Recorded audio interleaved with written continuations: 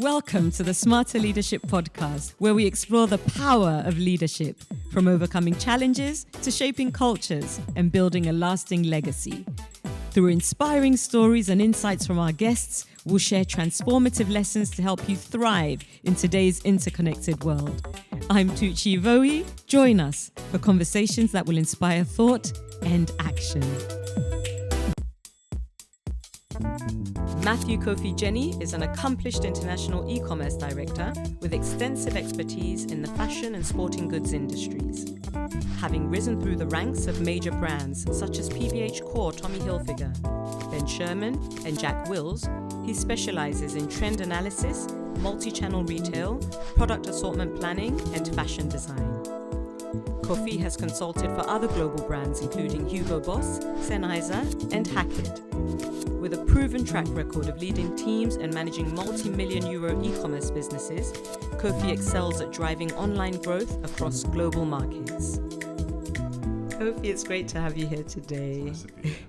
And I'd like just to dive straight in. Sure. For those who don't know what you do, please just share. Sure. Tell us what you do and why you do it. I am an e-com director for a fashion brand called Karl Lagerfeld. My background predominantly was in buying and merchandising. So I started as a buyer merchandising for a company called Brooks Brothers, which is a US retailer. In fact, it was the first US retailer, started in 1818. They went over to Europe. I started actually in banking as an underwriter. Okay. I was there for a year and I saw how people were dressed in suits and I was like, I don't want a career like this. While I was studying, I worked at Selfridges. I was there for 4 years part-time, so I had an interest in fashion and trends and styles, but I didn't know how to get into the fashion industry. I was like, okay, then how do I pivot to this? Because banking isn't for me as an underwriter. Yeah, I found it super uninteresting. So I started as an allocator. But I studied e-commerce. So I started, the role was just to allocate stock to stores and ensure stocks and stores had the right level of stock. Okay. From a trade perspective, but I still had e-commerce experience from university. So I'm an e-com director, but that comes from a fashion and merchandising background. Okay. And what that makes me, it means I have a real keen eye for commerciality with products, with fashion styles. So as an e-com director, you can come from many different places. You can come from marketing, you can come from operations, but my path to this role comes from fashion. Okay. Buying and merchandising. So tell me a bit more about this love for fashion. Is it a love for fashion that took you there? Or? Yes, it is. I think growing up where we grew up, trends, fashion, styles was a form of our expression and whom we were and how we expressed ourselves. I can relate to that. Patrick Cox, Versace, Moschino, all those good times of the garage raves. It was how we expressed. So I understood it from where I was from, but I never really understood the industry. And there's different parts of the industry. So I predominantly spent my career in the premium part. So Calvin Klein, consulted for Hugo Boss, Tommy Hilfiger, and currently now at Karl Lagerfeld. Okay. So they're not quite the luxury element, they're just a layer below. And what we do a range plan. So this is the area that I worked from predominantly when I started my career. So I would tell the designers, I need 10 t-shirts, I need 25 shirts, I need 4 chinos. I need them at these price points and the margin needs to be within this bracket. Is this what the job of an allocator is? This is buying merchandising. Merchandise. So you're doing both. You're merchandising the product and you're buying the product. Yeah. Okay. So as I'll give this to the creators. Creators like to be creative and they don't really care about the margin targets and price. So they go with the most luxurious fabrics, the greatest designs. We would narrow it down. We would see the collection. We put the collection into production and then we would put it in the stores and then online. An example of this as a planner, I would buy 100 t-shirts for 5 stores and with an forecasting, because I would then have to predict how many of these t-shirts we would sell in each of these stores. At what sizes and stuff like that. And at which price. So I have 2 prices. I have my full price, so 100 euros. And then I would say I will sell 50 of these at 100 euros full price in the season. And then I will sell the other 50 at 30% off and then 50% off. I need to sell this within 12-week period. Okay. And so you're planning and you're merchandising and you're trading all at the same time. And I moved that skill from a retail skill to an e-commerce presence, and that's where I am currently now. So from retail, physical, brick and mortar to e-commerce, what are the differences? I mean, it's clear there are differences, but just talk to us a bit about that. There's not the same limitation for space. You can only allocate stock to a store capacity, and you really need to get it right. So you need to have the right stock in the right areas in the store, in the back office as well, because if you miss an opportunity and it's not in your back office, it's a couple of days of delivery. So it's much tougher to ensure that you have that. With online, it's limitless. It's as big as your warehouse. And as big as the capacity that you have to take photographs for. I'm going to use T-shirts as an example again. A store may be able to stock 20 T-shirts. Online, we can have 150. Also, we have the data. And this is why I pivoted to e-commerce. I can analyze what everyone's doing and their browsing and how they're behaving on the website and use that data to better inform me for the next season.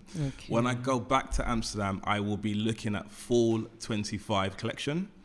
In a month's time, I'll be looking at spring 26. So you're always ahead. So you need as much information and data to make the informed decision for the next season. Okay, so it's changed. It's completely changed the nature of your work, of business. And so 2020, COVID, how did that impact you as a consultant, director for e-commerce? What were the changes you saw as well, pre, during, and then post-COVID when it comes to kind of e-commerce, e-retailing? What you saw was e-commerce was growing steadily, double-digit growth on average every single year, and retail was growing steadily as also. But there was a mix predominantly leaning towards retail, but e-commerce was the fastest growing channel. When stores were closed, e-com's growth was phenomenal. So you saw a shift of behavior of consumers who predominantly shopped offline, now moving to online because it was all you had. Also, expenditure wasn't there. So those who were still working were saving a lot more because there's nothing to spend their money on. So they were shopping a lot more. So it was kind of like a boom period for e-commerce in many places. The complexity is once the stores are open, and many of us believed we had now acquired a new form of consumers. So this boom was going to continue.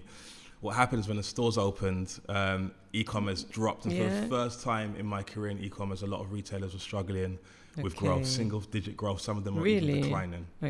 That was quite difficult, in fact, actually, because it was the first time I'd seen downturn in the industry.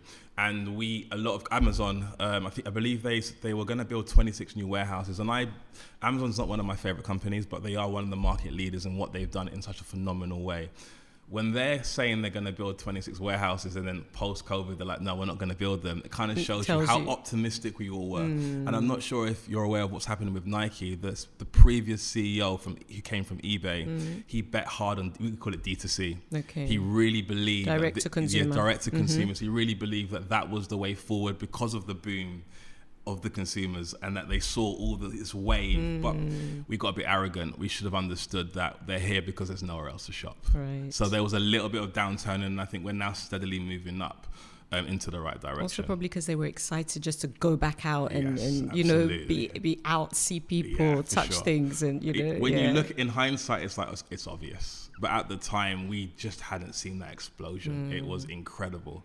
I didn't think it would explode that much, and the reason I say it is because we were at home. So yes, that was the only outlet. You could only shop online, but at the same time, we weren't going anywhere. So what were we buying clothes for? TikTok videos, Instagram, getting ready to go outside. I think there was on and off curfews. So you could go out between certain hours. So in those times, you could go out. You wanted to make sure you looked your best, or you were seeing so many new trends. You were trying new things out. So we were consuming so much. And I think in that consummation of what we were consuming, we were inspired. And I think the aspiration is what led to the increase in sales across multiple different elements. The content, I mean, you know, what you've just said has brought out the idea that content is so important to people these days. People will wear clothes just to, you know, shoot videos and look good and for people to see.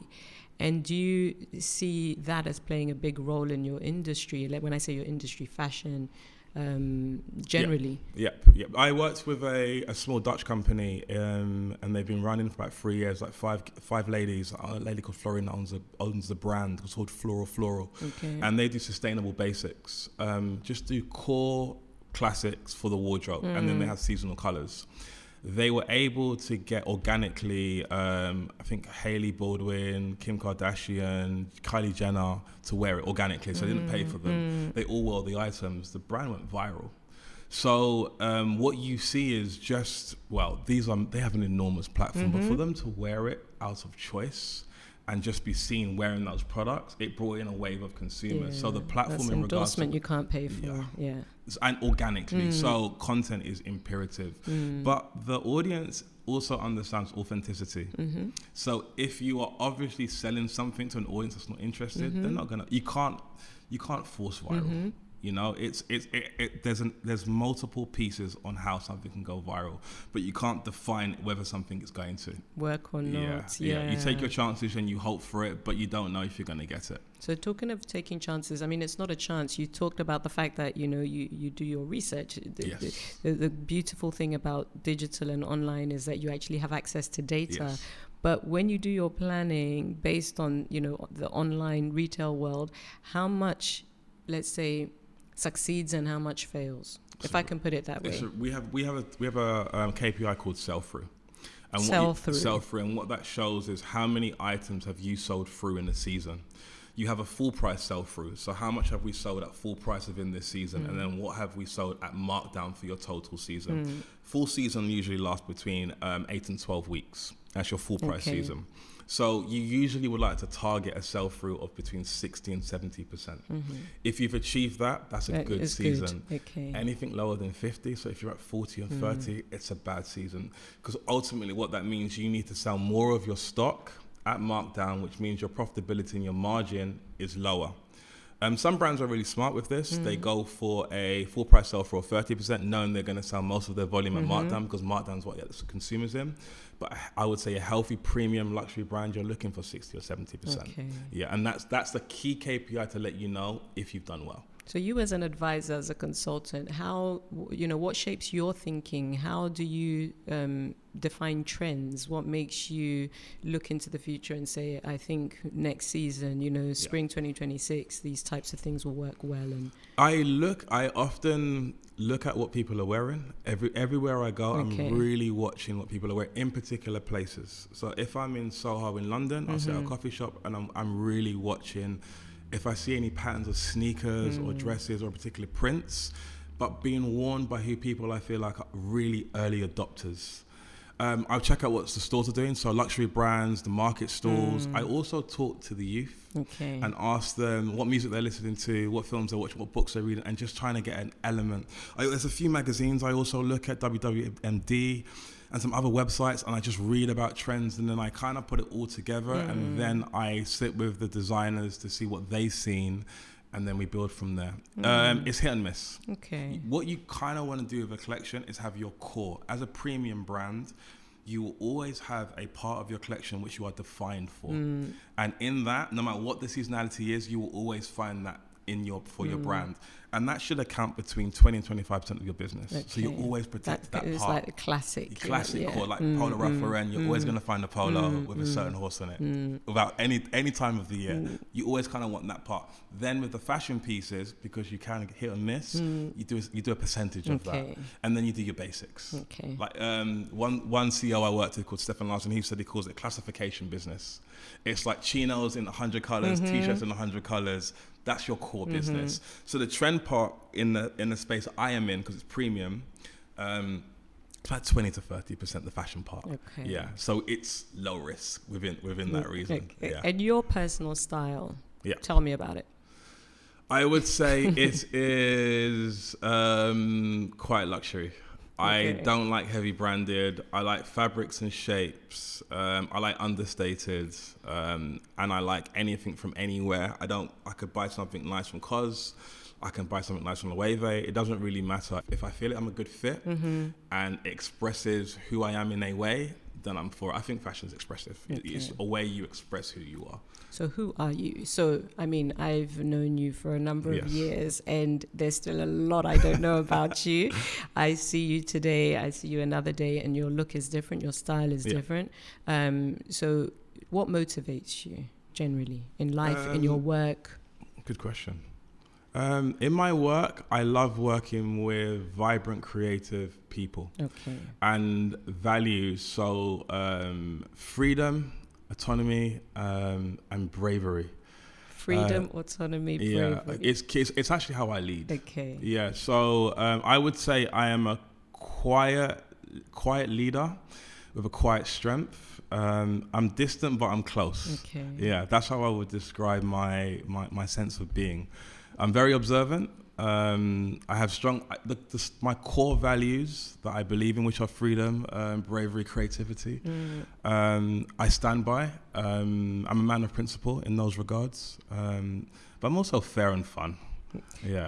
I'm picking on freedom, freedom, autonomy, because you've worked for many years as a consultant, and it kind of speaks to that, doesn't it? So you work well with people, you collaborate well, you're able to, bring out strengths in people and work together as a team. But at the end of the day, you also get to kind of go home and dictate your schedule, so it fits. Yes. I started consulting end of 2000. Okay. And I loved the part of going into a project, seeing what works, what doesn't work, being involved enough to help with the changes, but not involved enough where you sleep about thinking about it, and detaching once the project has completed. But the problem is, I like working in a team. Okay. And your teams change quite frequently. Right. So you work with some great people, but then you stop working with them. You start again. And I love working with people. When you've got a core team of people and you've got a clear objective and project, and everyone's on site and everyone knows what they're bringing to what needs to be achieved, that's when I'm really in my zone. There's something exciting about that. I love that part. Yeah. So what took you to Amsterdam?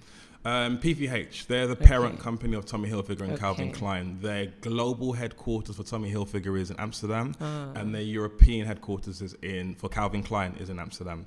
I was working at Ben Sherman as an econ manager, and I got headhunted to go over to Amsterdam so you went from London, the UK from London to Amsterdam. The initial plan, they didn't know this, but my initial plan was to work for a year there for them and then move back to London, because being a Londoner, I had that attitude where the only other city that was more interesting than London was New York. Like, what's Amsterdam? It's a village. What am I going to do in Amsterdam? I'll be there for a year and I'll be back in London in the fast life. But I absolutely loved it. And now you've been there for how long? Yeah, 11 years. Wow. I love London's international, but I worked predominantly with Brits. Whereas in Amsterdam, I was working with Germans, Italians, French, all different cultures, all different styles of working.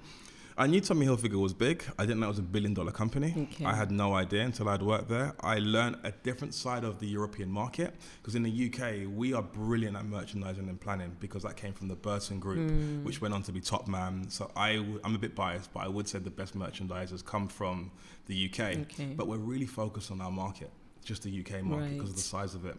Whereas in Amsterdam, I'm focused on the whole of Europe. So expansion of my knowledge and my experience across the whole of Europe just expanded. We have ASOS in the UK, and that's what we need. Whereas Europe has Zalando, which is like 5 times the size of ASOS.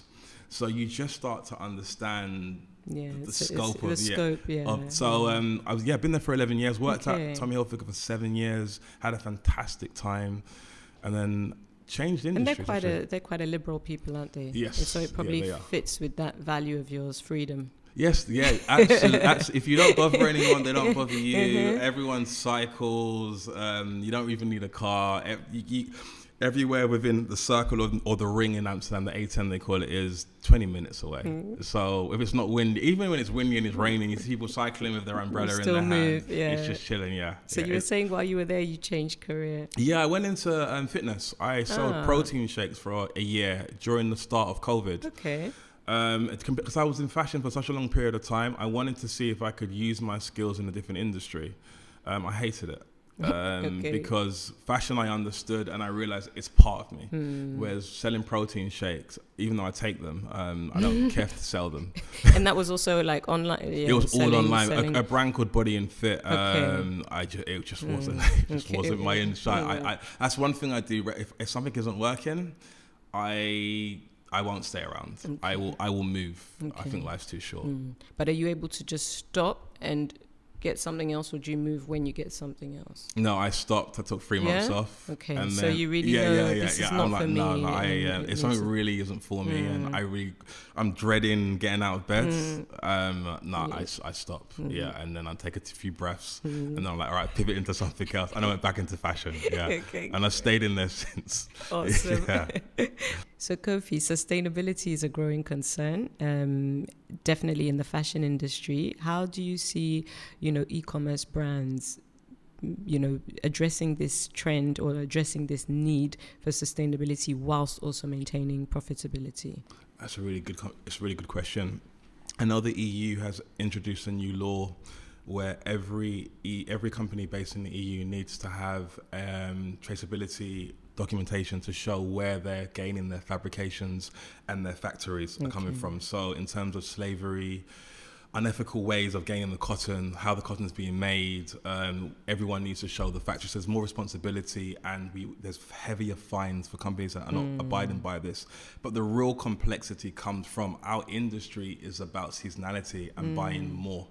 So every season we're showing you new trends, new stuff to add to your wardrobe. And that is part of the fundamental problem, but it's the core of our industry. So we're trying to introduce renting in some of where I'm working with now, how we can create a model where consumers can borrow clothes, and trying now to work on, then increasing the quality of the product and buying wisely and cautiously rather than just buying more for the sake of buying more. So kind of being the opposite of what Shein is doing. Shein, that enormous Chinese company, which is selling dresses for like €2. Yes, they're churning out loads of... fastest growing e-commerce company. So it kind of shows you, despite this topic that everyone's aware of and understands, the Shein that's going 100, like growing triple-digit growth year on year. I've tried Shein, and literally, like you said, €2. I bought a dress for £4, and I really wanted to see what it looked like. And the quality wasn't great, but the dress itself, the style wasn't bad at all, And if you can sell them that cheap, people will keep buying. And because you're on Instagram, you're on videos, you're in photos, you'll be seen. So is that good for sustainability? No, it is terrible. But what you see, there's contrasting conversations. Everybody's aware that there's a challenge, and we need to find a model and a way where we can't continue to press on growth at the cost of our planet. But at the same time, the fastest growing online player is Shein. So you see the challenges, and when H&M and Zara are looking at, how can we do better? It's a complex question where we're still trying to define an answer, because the core of our industry is based on New York Fashion Week, London Fashion Week. That's all about trends and more and new. How do we grow in a sustainable way where we're not destroying our planet? One way is the cottons, one way is renting items, one way is better quality, but investors want growth. So for me, we need to shift the mindset of the core of a business. Companies should be okay with sustaining their level. It shouldn't just be growth based. And there should be rewards for businesses, that tax relief for businesses that reach certain sustainability goals. I think that's one way that we can start to push it towards, because ultimately it's always the bottom line. And I think it's easier when you, talk about luxury brands, because the quality is so rich, the styles are so classic that you can wear them from season to season, and you can wear them in different ways and accessorize, and we should be playing, more on this. And I think, some of the suggestions you made should encourage these luxury brands to move more in that direction. They have a responsibility. They've made a lot of money, and they can also, sow that seed back. So I think that's great. I want to hear a bit more about this renting. Would this be on an online basis? So people would... They could rent a dress, or if they have a special occasion, it would be delivered to them. They would wear it for a couple of days or a week, and then when they'll send it back, it'll be pressed, ironed, placed back on the shelves. And I believe Sandro's tested this. A few other brands have tested it. I'm not sure how the model works from a profitability perspective, but it's more done from a sustainability. Everyone's trying to find their way to do better, because ultimately in the fashion industry, we are aware that we need to make some changes. Yeah. Because I've heard, of, let's say consumers, they do that these days. They do like swaps and, fairs. They come together, they'll do a little swap. They can swap back again. And that's pretty nice. It's very nice. Yeah. On a personal basis as, consumer activists, but in a positive way. But I didn't hear, I didn't know that fashion brands are actually thinking of doing that. Absolutely. It's not a bad idea. At least it's worth testing, right? Yeah. We at Karl, we are looking at how we can implement it in the right way for the business. And even the used clothes market, Depop and a few other websites, they're booming. So the younger generation, they don't have what maybe my generation had of, it has to be new. They're okay. And their attitude is because they care from an early age about the environment. They've been raised and they understand it in a way that we were taught. I was taught later on how bad we were damaging our environment. So I had to pivot. Whereas it's inherently in them. Yeah. So swapping, not wasting, they're just a few steps ahead. Yeah. And I think space. Yes. People don't have enough wardrobe space to contain everything they want. Yes. So there are stories that you can tell to make it more palatable for people to think differently about sustainability. How important do you think storytelling is in the e-commerce world and for retailing, getting more consumers? I think it's for brands. I think it's single, other than product and price, the most important element. And the reason is you have multi-brand retailers, Net-a-Porter, Mr. Porter, Zalando, ASOS. They often deliver quicker, return faster, are cheaper to deliver. Amazon, you can't compete with them on their service because they are world-class on that level. But you can compete on how you tell the story of your brand, how you put your collection together and how you engage and inspire the consumer. And so why would someone that can get an item delivered to them quicker, chances are for a little bit cheaper on another platform, your brand, why shop on your brand? And so you have to give that consumer, that visitor, a compelling reason to do that, and storytelling is that compelling reason. So a lot of money is spent goes into that, on content creation and telling that story in the best way. And what you often do, you want your brand to sell in all of its outlets. So you don't want to alienate your wholesale partners, because wholesale is such an integral part of your business. So you give them pieces of the story. So you give them assets to show how that story is told in parts, but the whole story, the whole experience has to be done on your website. That's also with exclusives. Directly from the brand, Yes, you said also with exclusives. Exclusives, having items that can only be available on your website. Okay. And ensuring, because other than that, the Amazons, the Zalandos, the ASOS, they'll just eat you alive. Yeah, they will. Because it's just easier, like a one-stop shop, Yeah. And you shop differently. So when you're on ASOS, Zalando, and Net-a-Porter, you're looking for a dress, and then you look through dresses of multiple brands. When you're on a mono brand, you're restricted. It's a dress from that one brand, so you're restricting the amount of options you have. So you really need a compelling reason to be there.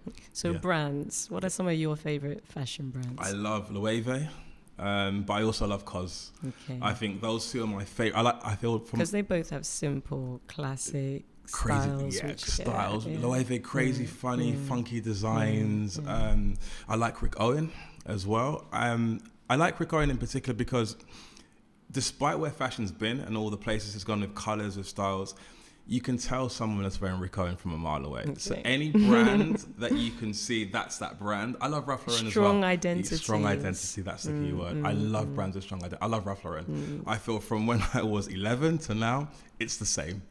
You can buy it's true, it is. It's the same. The advertising's still the same. They're so rich in who they are, and they're so confident in who they are that you just know when someone says, "Oh yeah, he's a polo man." You just know what that means. And so those are the three key brands that I really like. Yeah. So globally, how do you see influences from Africa playing a part in global fashion today and global trends? I've been in Ghana for many, many years now, and we sit here and you see some trends coming up from, luxury designers, using things like, there's a bag that Yes. is called Ghana Must Go. Yeah. You know, this yeah. square checkered, and then Yeah. you know, this is like the cheapest thing Yeah, you're ever yeah. gonna find, and you know, even the term was used in Yeah. a slightly Yeah, it derogatory was. way, you know, when it started out.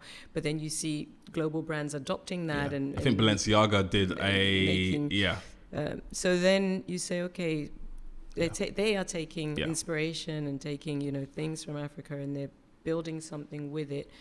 What is the future of that? And sometimes we're starting to think, and like you said, music is playing Yeah. a huge role. Yeah. But I think, tourism, music is Yes. bringing people It to is. Africa, which is great, Yeah, for you sure. know, and then allowing them to see the kind of styles and things we do here, and they being inspired by Yeah. it and taking it outside. So, yeah. Yeah. Dior did a fashion show about 10 years ago in Morocco. Okay. And they used the local streamers to do some of the dresses and the designs. So I think Kim Jones was the creative director at the time. So that was a nice collaboration of local African talent with one of the world's leading prestigious brands, with Christian Dior, and they did the show in Morocco. So there has been examples of that. But I think if luxury or premium fashion really wants to get involved, then they should come here and really get involved, not just take elements from Italy and misappropriate it, put it on a catwalk with no reference back to where it's come from. Like, really be here if that's what they want to do. Yeah, that Yeah. makes perfect sense. Kofi, a large part of what you do is connected to technology. I mean, e-commerce. Yeah. But, you know, what role do you see with technologies and things such as AI, you know, in shaping the future of this industry? Where is it going? Is it adding value? Yeah. Is it dangerous? Yeah. Both.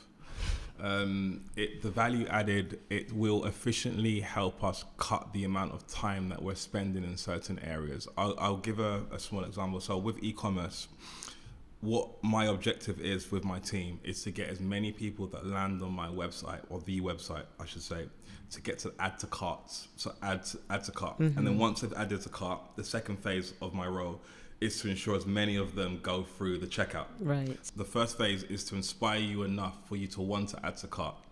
So you collect all of this data and its behavioral elements to help encourage that consumer to add to cart.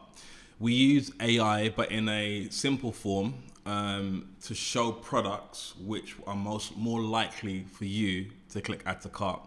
With AI and the generative AI and the way it's going, because ChatGPT is a different form than the AI we've been using, the algorithm we would want it to work as TikTok works. TikTok's algorithm is phenomenal. Yeah. Once you're on, you're engaged, you're stuck. There's a reason why it's highly addictive. What we would like is we would want to see from your behavior and how you're browsing what you're most likely to click onto. So that would cut out lots of data work, what we would do, looking at information, because it would be updating and changing as it is. Real time. And reporting. However, in terms of staff, we don't need as many people looking at the information because it can do all of that information for us. And we use data to make informed decisions, whereas AI can make that informed decision with the data it's already collecting. Yeah. So where I do think we're a long way away, Okay. because fashion is often the slowest in adopting technology. So I think we're miles away, but I do see the efficiency is the key element in changes. And you won't need teams to be as large because you'll just be working on efficiencies. We have a finance department, and then they send numbers and sales and reports, and then often you'll get a question back, why are we down here? What's the reason we're up here? So AI can do that. AI can analyze all that information and look at trends and patterns that we haven't even seen. But would you have an AI department? Yes, I think you need one. But probably with not as many people, No, because you the would have data one. is so strong, the information is so Yes. strong. That I think what Zalando, I believe, cut half of its performance marketing team because they did it all on algorithms and engines. It just moves so much quicker. We use PMax on Google. Google's paid ads is where we get predominantly of most of our visitors to the website. Okay. So we spend a small fortune on them. They use a system, AI, to know when to place an ad, and it's a learning machine, so it always places these ads all of these times. So you ask, okay, then why do I need a big agency if Google and PMX are doing this so efficiently? They will tell you, oh, we need to manage it and to look after it. But that's where we are now. But in 10 years' time, we're not going to need a big agency to do all of that, because the PMX tool is going to have so much information, it's going to do it automatically and at really the best efficiency. So that's where I see the risks in AI. But the EU is adding laws to protect employment, to ensure AI doesn't take over too many roles. However, that's great that the EU are doing it, but if China and America aren't, you're just going to be left behind. So then the rise of entrepreneurship, people setting up their own businesses in different fields, taking advantage of, that opportunity to maybe rethink. Because I think especially, you mentioned Europe doing that fine, but other parts of the world, and these tend to be emerging markets. And actually there are still lots of areas uncovered, untouched. So it's an opportunity. We can see that, right? I think I read somewhere that Nigeria was going to have the highest population of under 25-year-olds by 2050. So, and in terms of AI and development and technology, Nigerians a bit of a boom spot for talent. So with that talent and with that growth in population, like they have their position to be in a prime location with the shift. I thought e-commerce was a disruption. So my dissertation was on Amazon in 2000. And in my dissertation, I said that I believe Woolworths, WH Smith, and these are UK retailers, they weren't going to survive if they didn't pivot and change, because Amazon was coming and it was disrupting everything. And this was just in books. I didn't know Amazon was going to do everything else it was doing. But I could see the disruption, because Woolworths was looking at e-commerce as a marketing tool. And Amazon was realizing it's a difference in behavior online. And Woolworths doesn't exist in the UK, and Amazon's gone on. That's how I see AI. But I don't definitively know how it's going to disrupt across all the parts it's going to disrupt. I just know it's going to cause an efficiency that is going to cause a risk in employment in multiple areas. But the efficiency is going to be positive in terms of the gain. So that's how I see it in that area. But I do definitely strongly believe it is going to be disruptive. I went to, Amazon retail. It is. Amazon, they have the grocery stores in the UK when they first opened. And it was like, okay, wow, you walk in with your Amazon, whatever, membership number. You just I think you scan it, you walk in, you pick up your groceries, and then you walk out the store. And that's it. And then you get home. But you know what, Tucci? It was fake. It was? They had developers somewhere far away. Doing what? Doing all the work. So they made it look like it was figgy. Maybe not put this part in. They made it look like it was real, but it wasn't real. So they closed them. They closed them. Amazon Fresh. Amazon Fresh. They closed it. No, but you're absolutely right. Everybody was amazed by it. Oh, this is the future. You walked in, you picked the stuff, you put it in your basket, you go home, you don't pay for anything because they've got your account details. It was fake. No. It was fake. That's the problem. That's also one of the problems of our industry. Burberry had this. Everybody wants to look like they're at the cutting front at any costs to be at the front. And they're not there yet. The one thing that I will say is ChatGPT.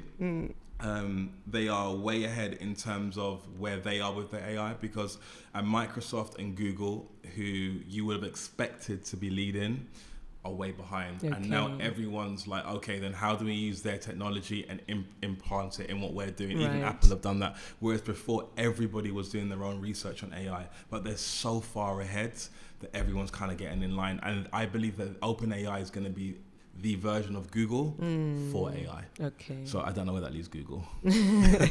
I'm sure they'll find a way. They'll pivot.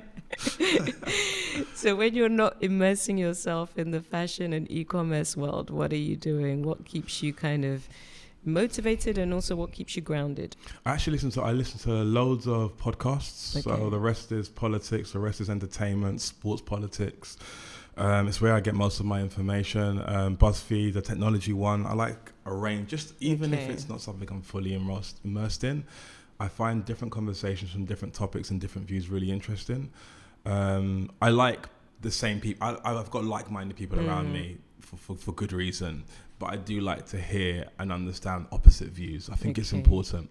I sports a lot, I walk a lot, listen to a lot of music from the 90s. I'm stuck in that era of R&B and hip hop. I'm really stuck in that period. It's like nothing else exists unless it sounds like it's 90s. Yes. And spend time with my friends. I cycle a lot in Amsterdam. And I walk a lot, actually. I walk for the last 6 months. I've walked everywhere in Amsterdam. Awesome. So I try and do 20 to 30,000 steps a day. What would you say were some of your influences growing up, and that kind of shaped who you are today and the kind of choices you made?